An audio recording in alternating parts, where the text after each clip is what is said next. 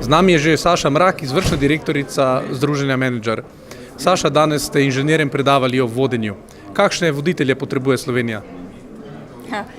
To je nagradno vprašanje. Slovenija seveda potrebuje odločne in strateške voditelje. Bolj, kar sem želela danes sporočiti, je to zavedanje o pomembnosti razvijanja voditeljskih kompetenc.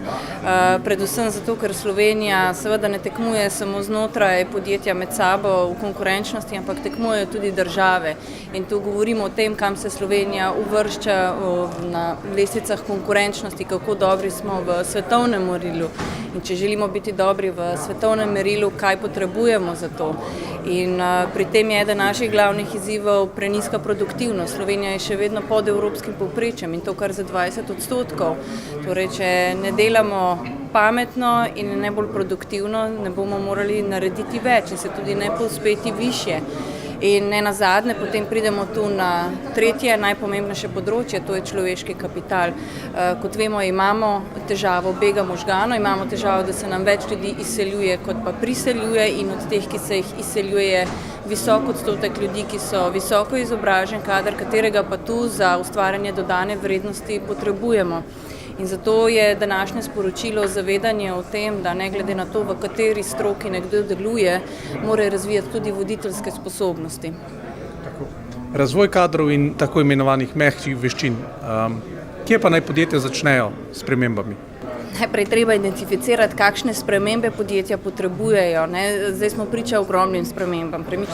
Priča smo spremembam, ki jih prinaša industrija 4.0. Priča smo spremembam, ki jih zaradi tega prinesejo v poslovne modele, v organizacijo dela. Tako da vsako podjetje mora najprej identificirati, kakšne so sploh njihove spremembe, kateri mora slediti, seveda se pa temu prilagodi potem tudi, kot ste omenili, mehki del upravljanja s človeškimi viri. Mislim, da je pri tem bolj pomembno izpostaviti to, da ko se dela spremembe, da se zaposlene v to vključuje, v ta proces spreminjanja. S tem postane lahko del sprememb in pomagajo in tudi pohitrijo ali pa poenostavijo ta proces spreminjanja znotraj organizacij.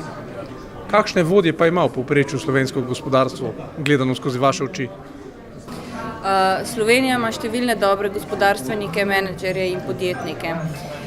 O tem pričajo rezultati, priča visoka gospodarska rast, sicer tega ne bi imeli. Kar bi pri tem tudi izpostavila, šli smo skozi svetovno krizo vsi, tudi Slovenija. In mislim, da je bilo tudi eno obdobje, v katerem so se morali vodje, menedžment, podjetniki tudi sami veliko izučiti, priučiti in pregarati, da smo tu, kjer smo danes. Tako da Slovenija ima veliko dobrih vodij, seveda pa ne pomeni, da spimo na lovorikah, kajti so tudi raziskave, tako mednarodne, spremljanja konkurenčnosti, privlačnosti za talente, kot tudi naše slovenske raziskave, recimo Umarja, ki kaže na to, da naše znanje premalo uporabljamo in pa tudi, da morajo biti menedžment in podjetniki še bolj usposobljeni za to, kar počnejo in kar je njihovo poslanstvo.